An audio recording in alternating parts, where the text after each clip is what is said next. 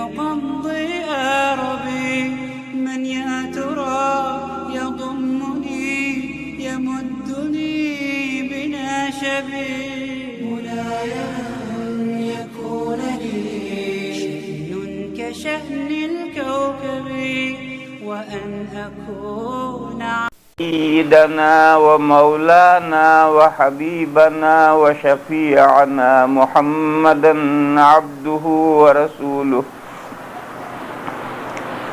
أرسله إلى الناس كافة بشيرا ونذيرا وداعيا إلى الله بإذنه وسراجا منيرا صلى الله تعالى عليه وعلى آله وصحبه وبارك وسلم تسليما كثيرا كثيرا وبعد فأعوذ بالله من الشيطان الرجيم الرجال قوامون على النساء بما فضل الله بعضهم على بعض فالصالحات قانتات حافظات للغيب بما حفظ الله بسم الله الرحمن الرحيم ولا تتمنوا ما فضل الله به بعضكم على بعض للرجال نصيب مما اكتسبوا وللنساء نصيب مما اكتسبن واسألوا الله من فضله إن الله كان عليكم شهيدا صدق اللہ مولانا العظیم. معزز خواتین، مائیں اور بہنیں،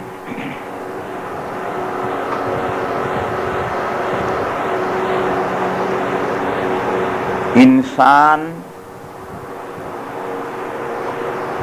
مل جل کر رہنے سہنے والا ہے. جانوروں کی طرح ہر ایک کی سیلف لائف نہیں ہے، علیحدہ زندگی نہیں ہے. آنگن میں 10 بھینسیں بندھی ہوئی ہیں، 2 بیل بندھے ہوئے ہیں، 4 بکریاں بندھی ہوئی ہیں، ان سب کی سیلف لائف ہے. ہر ایک کی اپنی زندگی ایک دوسرے سے علیحدہ ہے. رات بھر ہر بھینس، ہر جانور اپنے کھوٹے سے بندھا رہتا ہے، دوسرے سے کوئی باتیں نہیں کرتا ہے، نہ دوسرے کی غمی خوشی میں شریک ہوتا ہے. اس کے سامنے گھاس آتی ہے کھاتا ہے، دودھ دیتا ہے، زندگی گزارتا ہے، اور وقت آتا ہے تو مر جاتا ہے. میری بہنوں، انسان کا یہ حال نہیں. انسان مل جل کر کے سوشل لائف جینے والا ہے. جب صورتحال یہ ہے تو پھر اس کے لیے احکام چاہیے تاکہ 2 یا زیادہ ایک ساتھ جو زندگی گزار رہے ہیں ان کا نظام درست رہے، ان کے نظام میں کوئی خرابی پیدا نہ ہو. ماں باپ اور اولاد ایک ساتھ رہتے ہیں تو ان کے لیے کچھ احکام چاہیے جس سے ماں باپ کی اولاد کے ساتھ زندگی خوشگوار، عمدہ، پسندیدہ گزرے. باس اور نوکر ایک ساتھ زندگی گزارتے ہیں، بس اس کے لیے بھی احکام چاہیے کہ باس کی نوکروں کے ساتھ زندگی خوشگوار گزرے. آدمی اپنے رشتہ داروں کے ساتھ مل جل کر رہتا ہے، بھائیوں کے ساتھ، بہنوں کے ساتھ، چچاؤں کے ساتھ، خالاؤں کے ساتھ، پھوپھیوں کے ساتھ، ماموؤں کے ساتھ، اور دوسرے چچا زاد ہیں، مامو زاد ہیں، یہ سب ان کے رشتہ دار ہیں، ان رشتہ داروں کے ساتھ مل جل کر رہنا ہوتا ہے۔ پر ضروری ہے کہ اس سلسلے میں بھی احکام ہوں تاکہ ان کی زندگیاں آپس میں خوشگوار گزریں۔ میری بہنوں، اسی طریقے پر میاں بیوی ایک ساتھ رہتے ہیں، مل جل کر رہتے ہیں، اور ایسے مل جل کر رہتے ہیں کہ 24 گھنٹے کا ساتھ ہے، اور اتنا قرب اور ایک دوسرے سے نزدیکی ہے کہ اس سے زیادہ قرب اور نزدیکی ہو نہیں سکتی۔ بس ضروری ہے کہ اللہ کی شریعت میں کچھ احکام ہوں، جن احکام کے پالن کرنے سے، جن احکام کا فالو کرنے سے میاں بیوی کی گھریلو زندگی خوشگوار گزرے۔ کسی کو الحمدللہ کسی کو کسی سے شکایت نہ ہو، کسی کو کسی سے شکایت ہو جائے تو اللہ کے احکام کی روشنی میں اس کا سولیوشن تلاش کیا جائے، مسئلے کو حل کر دیا جائے۔ ایسے احکام ضروری ہیں۔ یہ تمام احکام معاشرتی احکام کہلاتے ہیں، رہن سہن کے احکام کہلاتے ہیں۔ میری بہنوں، آج کی گفتگو میں، آج کے بیان میں ہمیں دوسرے تعلقات سے بحث نہیں کرنی۔ فیملی لائف، میاں بیوی کی جو زندگی ہے، اس زندگی کے بارے میں ہمیں تھوڑی سی گفتگو کرنی ہے، مختصر وقت میں ایک مختصر سی گفتگو کرنی ہے، تاکہ ہم اپنی زندگیوں کو خوشگوار بنا سکیں، اپنی زندگیوں کو اللہ کے احکام کے مطابق ڈھال سکیں، اور ہماری زندگیوں میں تلخیاں، کڑواہٹ پیدا نہ ہو، ہماری زندگیوں میں خوشگواری پیدا ہو۔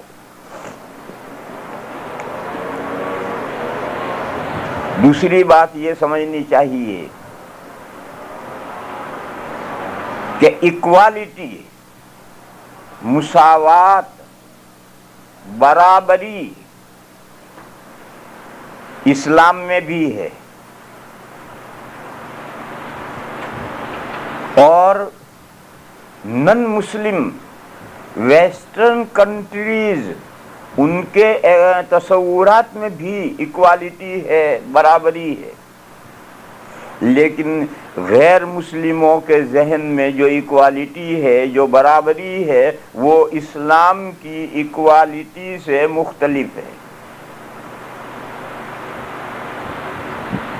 جیسے مال میں برابری، کمیونزم بھی کہتا ہے کہ سارا ملک مال میں برابر ہونا چاہیے، کسی کے پاس مال زیادہ ہو، کسی کے پاس مال کم ہو، ایسا نہیں ہونا چاہیے۔ کمیونزم بھی یہ کہتا ہے۔ اسلام بھی اشتراکیت کا قائل ہے کہ مالداروں کے مال میں غریبوں کا بھی حصہ ہے، مگر اسلام کی اشتراکیت الگ نوعیت کی، اور کمیونزم کی جو تھیوری ہے، جو ان کا نظریہ ہے، وہ الگ ٹائپ کا ہے۔ اسلام شخصی ملکیت کو تسلیم کر کے برابری کرتا ہے، اور کمیونزم شخصی ملکیت ہی تسلیم نہیں کرتا۔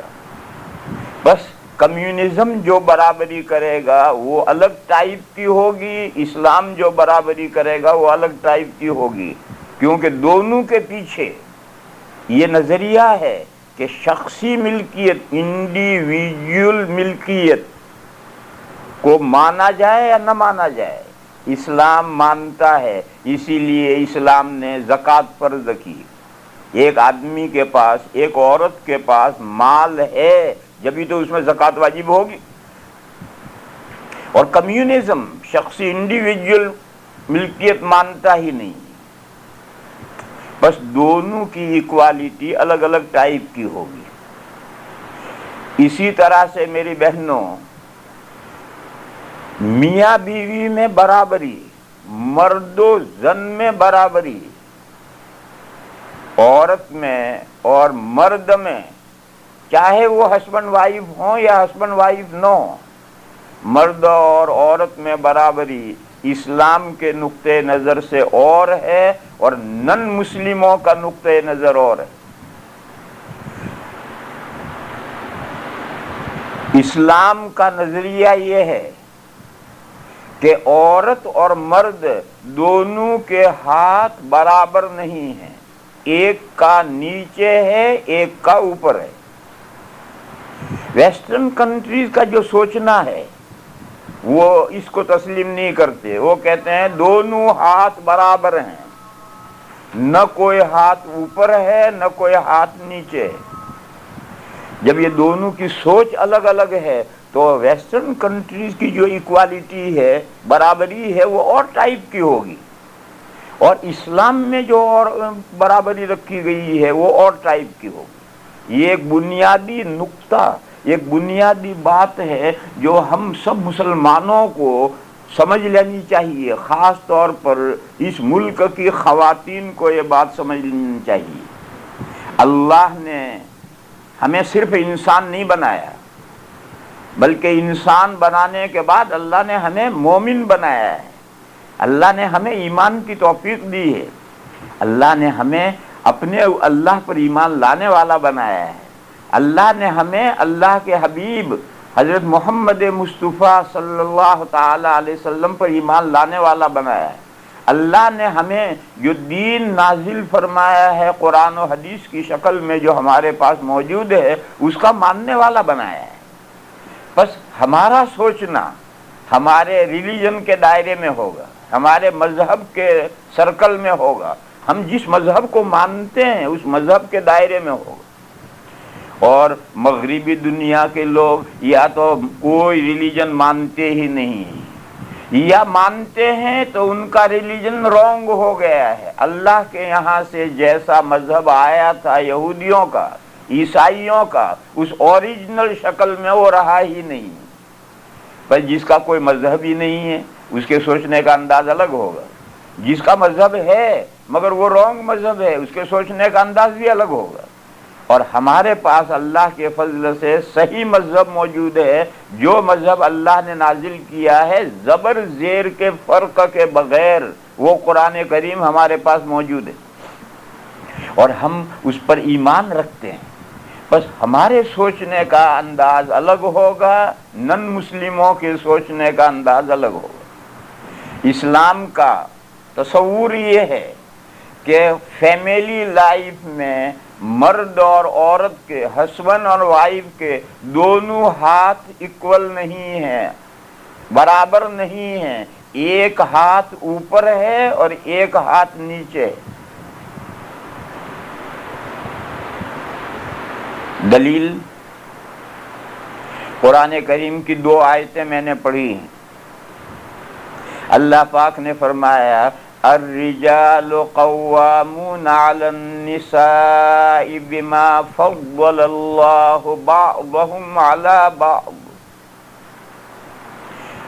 مرد عورتوں کے سردار ہیں۔ ظاہر ہے سردار کا ہاتھ اوپر ہوگا، دوسرے کا ہاتھ نیچے ہوگا۔ جیسے باس اور نوکر، باس کا ہاتھ اوپر ہوگا، نوکروں کا ہاتھ نیچے ہوگا۔ باس کا اختیار کچھ زیادہ ہوگا، نوکروں کا اختیار اس سے کچھ کم ہوگا۔ جب اللہ پاک جل شانہ عم نوالہ نے مردوں کو عورتوں پر سردار بنایا تو ان میں رائٹس میں، حقوق میں تفاوت لازماً ہوگا، مردوں کے کچھ حقوق زیادہ ہوں گے، عورتوں کے کچھ حقوق کم ہوں گے۔ سوال ہوگا وائے، اللہ نے ایسا کیوں کیا؟ مردوں کو عورتوں کا سردار کیوں بنایا؟ دونوں ہاتھ برابر کیوں نہیں رکھے؟ عورتوں کو مردوں کا سردار کیوں نہیں بنایا؟ یہ سوال پیدا ہوگا۔ اللہ پاک نے اس کا جواب دیا ہے، یہ اللہ کی حکمت ہے، تم کون دخل دینے والے ہو؟ یہ اللہ کی حکمت ہے، تم اس میں دخل دینے والے کون ہو؟ اللہ نے اپنی مخلوق کو جیسا چاہا ایسا بنایا۔ فرمایا کہ الرجال قوامون علی النساء بما فضل اللہ بعضهم علی بعض، مردوں اور عورتوں میں سے بعض کو بعض پر ترجیح دینے کی وجہ سے مرد عورتوں کے سردار ہیں۔ اللہ تعالی نے وائے کا جواب حاکمانہ دیا کہ میری مخلوق ہے، مردوں کو بھی میں نے پیدا کیا ہے، عورتوں کو بھی میں نے پیدا کیا ہے، اپنی مخلوق کی حکمتیں اور مصلحتیں میں بہتر جانتا ہوں، میں نے بعض کو بعض پر ترجیح دی ہے، اور اب جب ترجیح دی ہے تو جو راجح ہے اس کا ہاتھ اوپر رہے گا، جو مرجوح ہے اس کا ہاتھ نیچے رہے گا۔ یہ اس آیت پاک کا خلاصہ ہے۔ الرجال قوامون علی النساء بما فضل اللہ بعضهم علی بعض، مرد عورتوں پر سردار ہیں، بعض کو بعض پر اللہ کے ترجیح دینے کی وجہ سے۔ اس آیت پاک کا خلاصہ یہ ہے کہ اللہ نے اپنی مخلوق جس طرح سے چاہا بنائی ہے، اس میں کسی کو دخل دینے کا حق نہیں ہے۔ مثلا عورت کو اللہ نے ایسا بنایا کہ وہ بچے جنتی ہے۔ اب اگر کوئی مرد کہیں کہ اللہ نے ایسا کیوں بنایا ہے، یہ جاب ہمیں کیوں نہیں سونپا، یہ فضول بات ہے۔ اللہ کی حکمت ہے، وہ جس کو چاہیں جس شان کے بنائے۔ اللہ نے مرد کو داڑھی دی ہے، عورتیں کہیں ہمیں داڑھی اللہ نے کیوں نہیں دی، یہ بیکار سوال ہے۔ اللہ نے اپنی مخلوق کو جیسا مناسب سمجھا ایسا بنایا ہے۔ اللہ نے مردوں کو طاقتور بنایا ہے، عورتوں کو کمزور بنایا ہے۔ اب اگر عورتیں کہیں کہ ہمیں اللہ نے مردوں کی طرح سے طاقتور کیوں نہیں بنایا ہے، یہ بیکار سوال ہے۔ اللہ کی مخلوق ہے، وہ جس طرح چاہیں بنائیں۔ انہوں نے تاڑ کو لمبا درخت بنایا اور امرود کو چھوٹا درخت بنایا اور مرچی کا پودا ذرا سا بنایا۔ اب مرچی کا پودا یہ کہنے لگے کہ مجھے تاڑ جیسا کیوں نہیں بنایا، یا تاڑ یہ کہنے لگے کہ مجھے مرچی جیسا کیوں نہیں بنایا، یہ فضول سوال ہے۔ اللہ کی مخلوق ہے، اللہ نے جس مخلوق کو جیسا چاہا ایسا پیدا کیا۔ اللہ کی حکمت میں دخل دینے والا کون ہوتا ہے؟ تو اسی طریقے پر اللہ تعالی نے عورتوں کے جسم کو پرکشش بنایا ہے۔ ان پر نظر، عورت پر نظر پڑتی ہے تو فوراً نگاہ ان کی طرف کھینچ جاتی ہے۔ مرد کا جسم ایسا نہیں بنایا۔ اب اگر مرد کہنے لگے ہیں کہ ہمیں بھی اللہ تعالیٰ نے عورتوں جیسا کیوں نہیں بنایا، یہ سب بیکار سوال ہیں۔ اللہ کی حکمت میں کسی کو دخل دینے کا کوئی حق نہیں۔ ہاں، یہ سوچنے کا حق ہے، ہر ایک کو یہ سوچنے کا حق ہے کہ اللہ نے ایسا کیا، اس میں کیا حکمت ہے۔ بعض مرتبہ حکمت سمجھ میں آتی ہے اور کبھی حکمت سمجھ میں نہیں آتی۔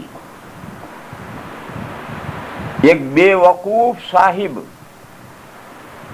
سفر کرتے ہوئے جنگل میں چل رہے تھے، دھوپ کا وقت تھا، ایک آم کے درخت کے نیچے بیٹھے اور دوپہر کا وقت تھا، پڑھ کر کے آرام کرنے لگے۔ قریب میں تربوز کا کھیت تھا، اس میں بڑے بڑے تربوز لگ رہے تھے اور آم پر کیریاں لگ رہی تھی۔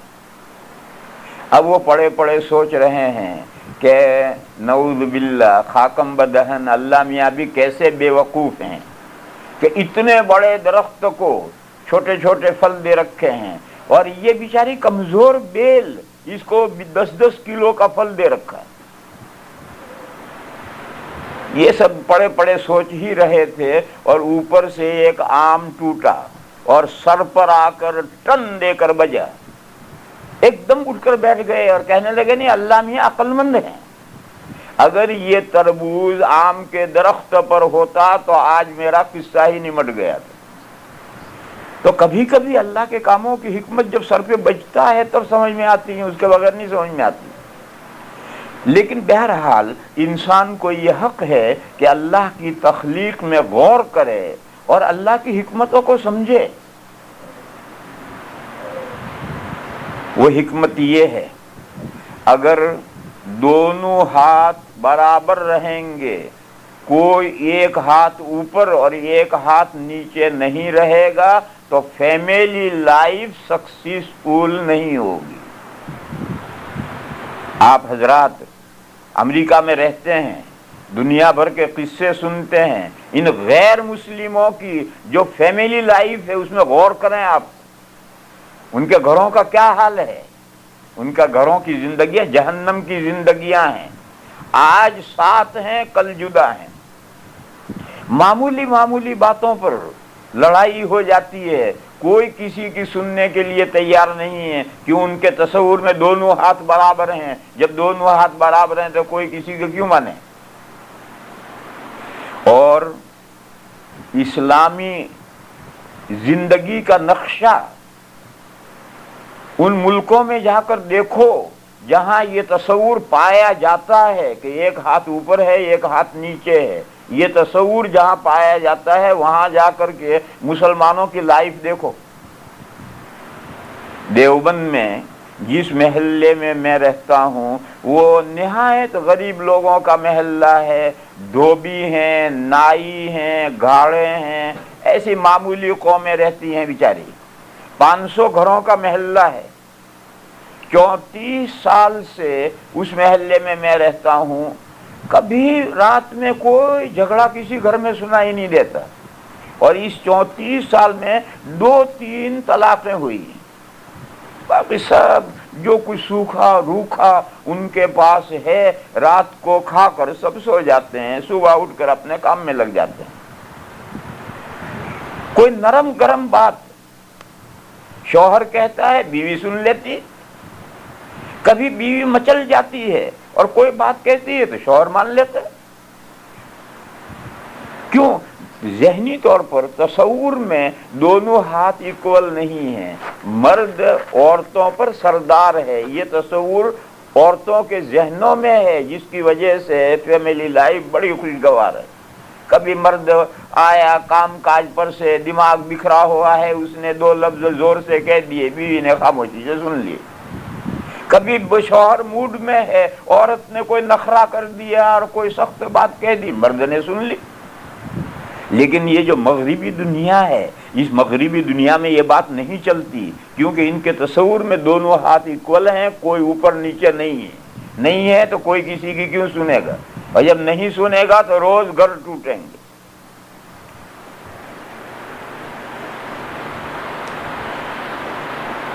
دوسری آیت پاک میں اللہ پاک جل شانہ و عم نوالہ نے یہ فرمایا ہے کہ اللہ نے مردوں اور عورتوں میں سے بعض کو بعض پر جو فضیلت دی ہے اس کی تمنا دوسرا نہ کرے۔ وَلَا تَتَمَنَّوْا مَا فَضَّلَ اللَّهُ بَعْضَكُمْ عَلَى بَعْضٍ، فرمایا مرد جو نیک کام کریں گے اس کا ثواب ان کو ملے گا۔ لِلرِّجَالِ نَصِيبٌ مِّمَّا اكْتَسَبُوا، عورتیں جو نیک کام کریں گے اس کا ثواب ان کو ملے گا۔ وَلِلنِّسَاءِ نَصِيبٌ مِّمَّا اكْتَسَبْنَ، پھر اللہ نے فرمایا کہ ایک دوسرے کی تمنا مت کرو۔ مرد یہ تمنا کرنے لگے کہ عورتوں کو جو فضیلت حاصل ہے وہ مجھے کیوں نہیں، یا عورتیں یہ تمنا کرنے لگے کہ مردوں کو جو فضیلت حاصل ہے وہ مجھے کیوں نہیں، ایسی تمنا مت کرو، آرزو مت کرو۔ وَاسْأَلُوا اللَّهَ مِنْ فَضْلِهِ، ہر ایک کو جو اللہ نے فضیلت دی ہے اسی لائن کی اللہ سے دعا کرے کہ اے اللہ جو آپ نے مجھے برتری خصوصیت دی ہے اس میں اضافہ فرما۔ مرد اپنی لائن کی دعا کریں، عورتیں اپنے لائن کی دعا کریں۔ ان اللہ کان علی کل شیء شہیدا، اللہ سب کچھ دیکھ رہے ہیں۔ اس آیت کو سمجھو تھوڑی ایک مثال دے کر۔ اللہ نے عورتوں کو ایک فضیلت دی ہے کہ وہ نسل انسانی کے پھیلنے کا ذریعہ ہے، یعنی اولاد جنتی ہیں۔ یہ ایک فضیلت ہے جو اللہ نے عورتوں کو دی ہے۔ اگر کوئی مرد یہ تمنا کرنے لگے کہ مجھے اللہ نے ایسا کیوں نہیں بنایا کہ میں بھی بچے جنوں، تو یہ تمنا فضول ہے۔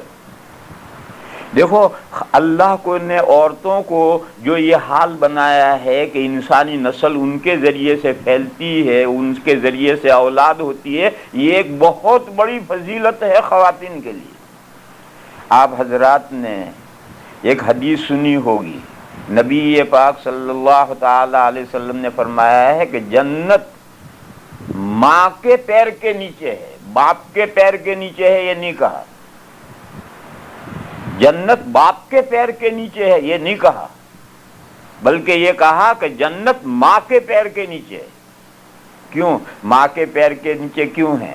ماں کے پیر کے نیچے اس لیے ہے کہ ماں کے ذریعے سے اس بیٹے کو، لڑکے کو اور لڑکی کو وجود ملا ہے۔ تو جس کے ذریعے سے اولاد کو وجود ملا ہے، اگر وہ اولاد اپنی ماں کا حق نہ پہچانے تو جنت میں کیسے جائے گا؟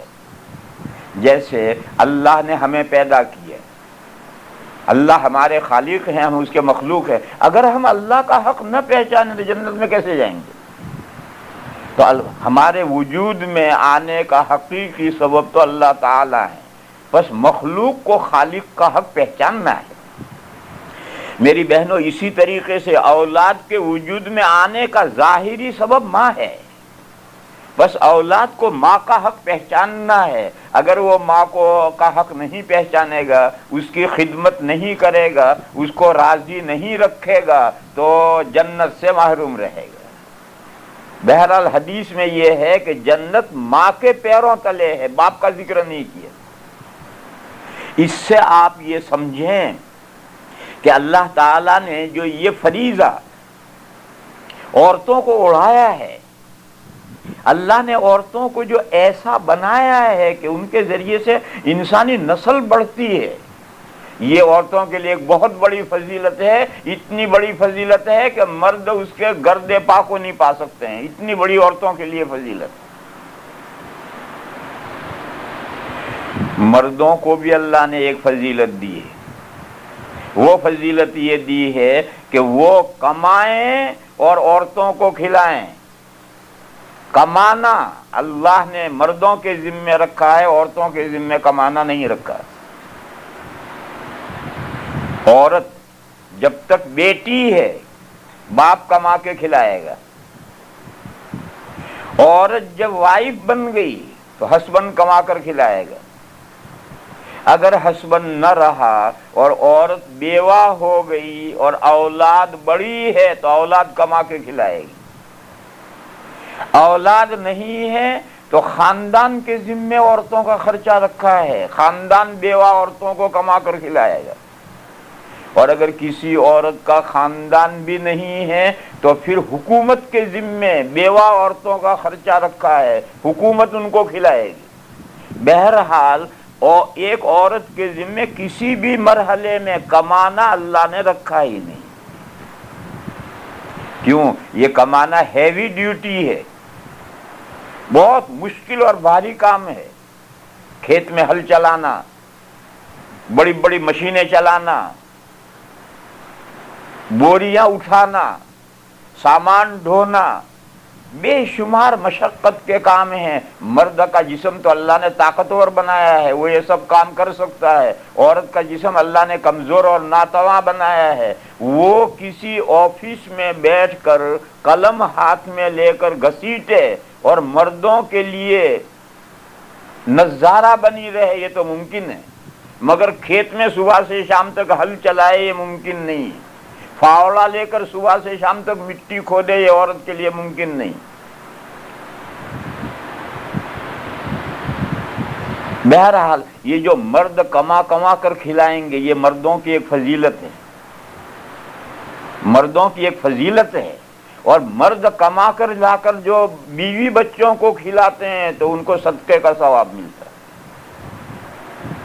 ایک حدیث شریف میں ہے کہ آپ سبحان اللہ کہیں، یہ بھی صدقہ ہے، یعنی یہ بھی کار ثواب ہے۔ آپ الحمدللہ کہیں، آپ اللہ اکبر کہیں، ایسے حضور نے بہت سارے کام بتلائے کہ یہ سب صدقہ ہیں، یہ ایک نیک کام ہے۔ یہاں تک کہ حضور نے فرمایا کہ تم لقمہ بنا کر بیوی کے منہ میں رکھو، یہ بھی صدقہ ہے۔ تو لقمہ بنا کر بیوی کے منہ میں کب رکھے گا؟ پہلے صبح سے شام تک دوڑ دھوپ کر کے کما کر لائے گا تو اس کا لقمہ بنا کر بیوی کے منہ میں رکھے گا، کما کر لائے گا نہیں تو کہاں سے لقمہ بنا کر رکھے گا؟ معلوم ہوا کہ انسان جو مرد جو کماتا ہے اور کما کر لا کر اپنی بیوی پر خرچ کرتا ہے، اپنے بچوں پر خرچ کرتا ہے، یہ بھی صدقہ ہے۔ اب ایک عورت یہ تمنا کرنے لگے کہ اللہ نے یہ کام میرے ذمے کیوں نہیں رکھا، میں بھی کماتی اور لا کر سب کو کھلاتی تاکہ مجھے صدقے کا ثواب ملتا۔ یہ میں نے دو مثالیں دی کہ اللہ نے ایک کام میں مرد کو فضیلت دی، اس کے ذمے کمانا رکھا، اور کمانا فضول نہیں ہے، کما کما کر جہاں جہاں خرچ کرے گا اس پر اسے ثواب ملے گا۔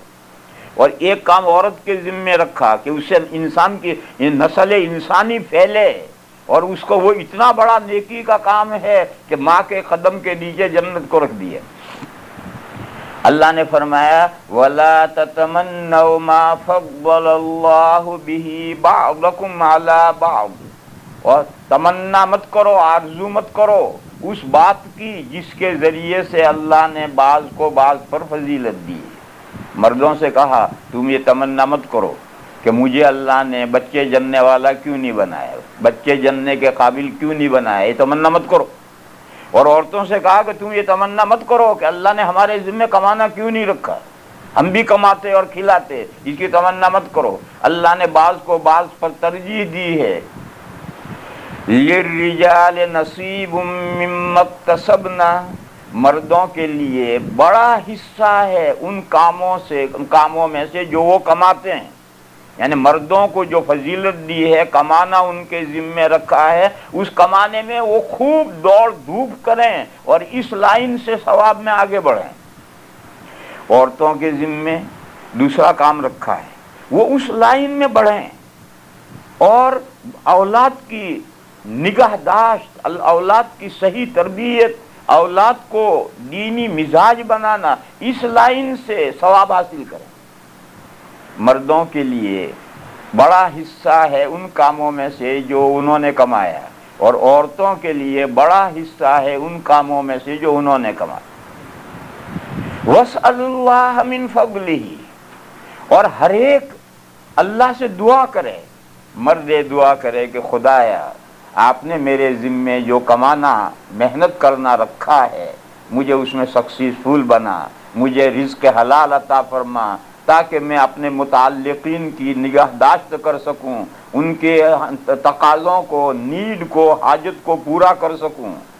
عورت یہ دعا کرے ہمیشہ کہ خدایا آپ نے میرے ذمے جو ڈیوٹی رکھی ہے، آپ نے مجھے جو اولاد عطا فرمائی ہے، میرے مولا میری اولاد کو نیک صالح بنا، میری اولاد کو ایماندار بنا، میرے اولاد کو دین سے تعلق رکھنے والی بنا، اب میری اولاد کو دین کا صحیح علم عطا فرمائے۔ عورتیں اس لائن کی دعا کریں اور مرد اس لائن کی دعا کریں۔ وَاسْأَلُوا اللَّهَ مِن فَضْلِهِ إِنَّ اللَّهَ كَانَ عَلَى كُلِّ شَيْءٍ شَهِيدًا، اللہ سب کچھ دیکھ رہے ہیں۔ اسی لیے حدیث شریف میں فرمایا وہ مرد جو عورتوں جیسا بنتا ہے اس پر لعنت ہے، اور وہ عورتیں جو مردوں جیسا بنتی ہیں ان پر بھی لعنت ہے۔ جو مرد عورتوں جیسا بنتے ہیں وہ ملعون ہیں، جو عورتیں مردوں جیسا بنتی ہیں ان عورتوں پر بھی لعنت ہے۔ ہر ایک کو اپنے سرکل اور دائرے میں رہنا ہے، مردوں کو اپنے دائرے میں رہنا ہے، عورتوں کو اپنے دائرے میں رہنا ہے۔ مردوں کو جو اللہ نے فضیلت دی ہے اس پر قناعت کرنی ہے، اور عورتوں کو جو اللہ نے فضیلت دی اس پر قناعت کرنی ہے، اور اللہ سے مانگنا ہے تو اپنی لائن کی فضیلتوں میں آگے بڑھنے کی دعا کرو۔ مرد اپنی لائن کی فضیلت میں آگے بڑھنے کی دعا کریں، عورتیں اپنی لائن کی فضیلت میں آگے بڑھنے کی دعا کریں۔ یہ میری بہنوں ایک مضمون میں نے قرآن و حدیث کی روشنی میں پورا کیا، اس کو آپ حضرات ذہن میں ایک طرف کر دیں۔ کیا مضمون پورا کیا میں نے؟ مضمون یہ پورا کیا کہ اسلامی تصور یہ ہے کہ مرد اور عورت دونوں کے ہاتھ برابر نہیں ہیں، بلکہ اللہ نے جیسے دونوں کی بناوٹ میں فرق رکھا ہے، اسی طرح سے گھریلو زندگی میں فیملی لائف میں ایک کا ہاتھ اوپر رکھا ہے، ایک کا ہاتھ نیچے رکھا ہے۔ اس سے فیملی لائف خوشگوار گزرے گی، سکسیسفل ہوگی۔ اگر ایسا نہیں ہوگا تو نتیجہ وہ ہوگا جو ہم اس کنٹری میں روز خبریں پڑھتے ہیں، قصے سنتے ہیں۔ اب دوسرا مضمون سنو۔ ایک تقریر میں نے مردوں کو ایک آیت کریمہ کی روشنی میں سمجھا دیا ہے کہ مردوں کے ذمے عورتوں کے کیا حقوق ہیں، اور اس وقت میں نے یہ بھی کہا تھا کہ اس کا برعکس، یعنی مردوں کے حقوق عورتوں کے ذمے کیا ہیں، وہ جب میں عورتوں سے گفتگو کروں گا تب ان کو سمجھاؤں گا۔ تمہیں سمجھانے سے کیا فائدہ ہے؟ تمہارے سمجھنے کی بات تو یہ کہ عورتوں کے حقوق تم پر کیا ہیں، وہ میں نے مردوں کو ایک تقریر میں سمجھا دیا ہے، اور میں نے کہا تھا کہ جب میں عورتوں سے گفتگو کروں گا تو عورتوں کو سمجھاؤں گا کہ شوہروں کے عورتوں کے ذمے کیا حقوق ہیں۔ آج اس کا موقع اللہ تعالیٰ نے عنایت فرمایا کہ بہنوں سے گفتگو کرنے کا موقع ملا، لہذا اس مجلس میں یہ مضمون بیان کرنا چاہتا ہوں کہ اللہ نے مردوں کے عورتوں پر 3 حق رکھے ہیں۔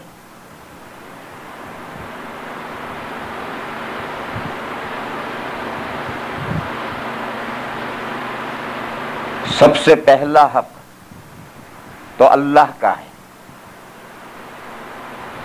سب سے پہلا حق تو اللہ کا ہے۔ ہمارے خالق و مالک اللہ ہیں، اور اللہ کے حقوق کے بعد ہی بندوں کے مخلوق کے حقوق کا نمبر آتا ہے۔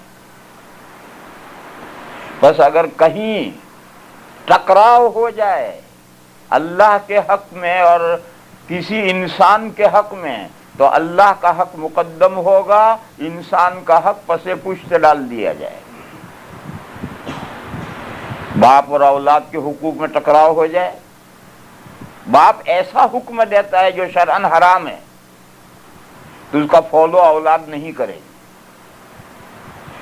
میاں بیوی میں ٹکراؤ ہو جائے، شوہر ایسا حکم دیتا ہے بیوی کو جو شرعاً جائز نہیں ہے تو عورت شوہر کا یہ حق نہیں مانے گی۔ مثلاً بعض ماڈرن شوہر ایسے ہوتے ہیں جو بیوی کو حکم دیتے ہیں تو پردہ مت کر، میرے ساتھ سنیما چل۔ اب تو سنیمائیں ساری گھر میں آ گئی ہیں، اب کہیں چلنا نہیں پڑتا ہے، ساری سنیمائیں گھروں میں آ گئی ہیں۔ یہ ٹی وی ہے، یہ ویڈیو ہے، یہ ریڈیو ہے، یہ وی سی آر ہے، یہ ہائی فائی ہے، وہ ہائی ہائی کرتے رہو گھر میں ہر وقت۔ یا وہ زمانہ جس زمانے میں عورت نماز نہیں پڑھتی، اس زمانے میں شوہر بیوی سے فائدہ اٹھانا چاہتا ہے۔ یہ سب شوہر کے وہ ڈیمانڈ ہیں جو اللہ کے حکم کے خلاف ہیں، شرعاً جائز نہیں ہیں۔ بس ایسی صورت میں عورت کے لیے جائز نہیں ہے کہ شوہر کے ایسے احکام قبول کرے۔ شوہر ناراض ہو جائے، 1 مرتبہ نہیں 70 مرتبہ ناراض ہو جائے تو ہو جائے۔ طلاق کی نوبت آ جائے، اللہ پر بھروسہ کرو، اللہ اس سے بہتر شوہر دیں گے۔ لیکن اللہ کے احکام کے سامنے کسی بھی بندے کا حکم ماننا جائز نہیں۔ حدیث شریف میں ہے لا طاعت لمخلوق فی معصیت الخالق، اللہ کی نافرمانی والے کام میں کسی بھی مخلوق کی فالوئنگ، اوبئی، اطاعت، فرمان برداری جائز نہیں۔ اور ایسی خاتون جو اللہ کے احکام کی تابعداری کرتی ہے 100%، وہ نیک بی بی ہے۔ بی بی شریف عورت کو کہتے ہیں، دو لفظ ہیں، ایک بی بی اور ایک بیوی۔ بیوی تو وائف کو کہتے ہیں، اور بی بی اردو میں شریف عورت کو کہتے ہیں۔ تو ایسی عورت جو اللہ کے احکام کو سب سے مقدم رکھتی ہے، اللہ کے حکم کے خلاف کسی کا کوئی حکم قبول نہیں کرتی ہے، ایسی خواتین، ایسی عورتیں نیک بیویاں ہیں۔ ان کے ذمے شوہر کے 3 حق ہیں۔ پہلا حق ہے شوہر کا رسپیکٹ کرنا، شوہر کی تعظیم کرنا۔ مغربی معاشرہ، اس میں یہ چیز مفقود ہے۔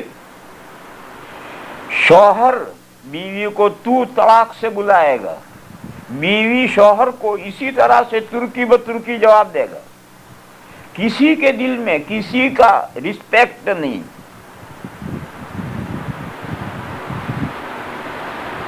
اور میری بہنوں، یہ قاعدہ سنو، رسپیکٹ کے بغیر لا بھی کوئی چیز نہیں۔ لا محبت تابع ہے رسپیکٹ کے۔ یہ مغربی دنیا لا کرتی ہوئی باولی ہو رہی ہے، ان کا خاک بھی ان کے پاس لا نہیں ہے۔ آج لا ہے، رات کو لڑے اور صبح طلاق ہو گئی، ایک تھیلا لے کر ادھر چلا گیا، ایک تھیلا لے کر ادھر چلی گئی، کہاں لا گئی؟ یہ تو صرف بناوٹ کا ایک لفظ ہے، آئی لو یو، ایک بناوٹ کا ایک محض لفظ ہے۔ اس مسئلے کو سمجھو، لا وہی ہے جو رسپیکٹ کے تابع ہے۔ سنو اس مضمون کو، ہمیں اللہ سے محبت ہے، ہر مومن کو اللہ سے محبت ہے تو اللہ کی عظمت بھی ہمارے ذہنوں میں ہے، اللہ کی عظمت ہمارے ذہنوں میں ہے۔ اس عظمت کے ساتھ ہمیں جو اللہ سے محبت ہے وہ پائیدار محبت ہے، کبھی ہٹ نہیں سکتی ہے محبت، کیونکہ یہ رسپیکٹ کے ساتھ لا ہے۔ اولاد کو ماں باپ سے محبت ہے، اگر ماں باپ کی رسپیکٹ اولاد کے ذہنوں میں ہے تو اولاد کو حقیقی معنی میں ماں باپ سے محبت ہے، اور اگر ماں باپ کی رسپیکٹ ہی اولاد کے ذہن میں نہیں ہے تو پھر لا اور محبت زبانی جمع خرچ ہے۔ آج محبت کرے گا، کل اٹھے گا ماں اور باپ پر ڈنڈا بجائے گا۔ لیکن اگر ماں باپ کا احترام دل میں ہے تو پھر اولاد کو جو ماں باپ سے محبت ہے وہ پائیدار ہے، وہ محبت ہمیشہ رہے گی۔ شاگردوں کو استاد سے محبت ہے، پہلے رسپیکٹ ہے، استاد کا احترام دل میں ہے، پھر اس کے ساتھ محبت ہے۔ مرید کو پیر سے محبت ہے تو رسپیکٹ پہلے ہے، محبت بعد میں۔ میری بہنوں، اسی طریقے پر اگر میاں بیوی میں لا ہے تو لا رسپیکٹ کے بعد اگر لا ہے تو وہ پائیدار محبت ہے، اور اگر رسپیکٹ کا کوئی پہلو وہاں نہیں ہے تو پھر وہ لا صرف زبانی جمع خرچ ہے، وہ لا ہے LAW، وہ ایک قانونی بات ہے، حقیقت میں دلوں میں اترنے والی محبت ہے ہی نہیں۔ لہذا اس مضمون کو سمجھنا چاہیے۔ یہ دنیا محبت کرتی کرتی پاگل ہو رہی ہے، اور خاک بھی محبت نہیں ہے، زبانی جمع خرچ ہے، 5 منٹ میں پاسا یوں تو 5 منٹ میں پاسا ہوں۔ یہ نقشہ کیوں ہے؟ وہ نقشہ اس لیے ہے کہ ان کی لو محبت رسپیکٹ کے تابع نہیں۔ بس سب سے پہلا حق شوہر کا بیوی کے ذمے یہ ہے کہ وہ بیوی کا رسپیکٹ کرے، احترام کرے، تعظیم کرے۔ اللہ پاک نے اسی آیت کریمہ میں آگے یہ فرمایا ہے فَالصَّالِحَاتُ قَانِتَاتٌ، بس نیک بیویاں وہ ہیں جو شوہروں کی اطاعت کرنے والی. اطاعت رسپیکٹ کے بعد ہوتی ہے، اگر رسپیکٹ نہیں ہے اطاعت نہیں ہوگی. جیسے لو وہ پائیدار ہے جو رسپیکٹ کے بعد ہو، ایسے اطاعت اسی وقت ہو سکتی ہے جب احترام شوہر کا دل میں ہو. تو اللہ نے فرمایا کہ نیک بیویاں، یہ نیک بیویاں تو میں نے بتلایا کہ جو اللہ کے احکام کی اطاعت کرتی ہیں، کسی اور کا کوئی حکم اللہ کے حکموں کے خلاف قبول نہیں کرتی، یہ نیک بیویاں ہیں. یہ نیک بیویاں کون سی ہیں؟ فرمایا قانتاتن، جو شوہروں کی تابع داری کرنے والی. اور شوہروں کی تابع داری کب ہوگی؟ جبکہ وہ شوہروں کا احترام کریں گی، رسپیکٹ کریں گی. کتنا رسپیکٹ؟ ایک حدیث شریف ہے، صحابہ کرام نے ایک مرتبہ نبی پاک صلی اللہ تعالی علیہ وسلم سے عرض کیا کہ یا رسول اللہ، ہم شام عراق جاتے ہیں تو وہاں کی پبلک اپنے بادشاہوں کو سجدہ کرتی. وہ بادشاہ دنیا کے بڑائی رکھتے ہیں، اور آپ تو اللہ کے رسول ہیں، آپ تو اللہ کے حبیب ہیں، تمام رسولوں کے سردار ہیں، تمام انسانوں کے آقا ہیں. آپ اس بات کے زیادہ حقدار ہیں کہ جب آپ گھر میں سے نکل کر مسجد میں ہماری مجلس میں ہمارے درمیان میں تشریف فرما ہوں تو ہم سب آپ کو سجدہ کریں. آپ گھر میں سے تشریف لایا کریں تو ہم آپ کو سجدہ کیا کریں. نبی پاک صلی اللہ تعالی علیہ وسلم نے جواب دیا کہ اللہ کے سوا کسی کے لیے سجدہ جائز ہی نہیں. نہ استاد کو سجدہ کر سکتے ہیں، نہ پیر کو سجدہ کر سکتے ہیں، نہ قبر کو سجدہ کر سکتے ہیں، نہ استھان کو سجدہ کر سکتے ہیں، نہ شوہر کو سجدہ کر سکتے ہیں، نہ باپ کو سجدہ کر سکتے ہیں، نہ بادشاہ کو سجدہ کر سکتے ہیں. سجدہ صرف اللہ کے لیے ہے، اللہ کے علاوہ کے لیے سجدہ جائز ہی نہیں. اس کے بعد حضور نے فرمایا کہ لو کنت آمر احدا ان یسجد لاحد لامرت المرأة ان یسجد لزوجها. حضور نے فرمایا کہ اگر اللہ کے علاوہ کے لیے سجدہ جائز ہوتا تو میں عورتوں کو یہ حکم دیتا کہ وہ اپنے شوہروں کو سجدہ کیا کریں. صبح سے شوہر نکلا ہوا ہے بیچارہ، پورا دن محنت مزدوری کر کے تھکا ہارا، جب شام کو گھر آئے تو بیوی اس امید میں بیٹھی ہے کہ شوہر گھر میں آ کر سلام کرے گا. یہ امید باندھنا بیکار ہے. وہ بیچارہ دن بھر محنت کر کے آیا ہے.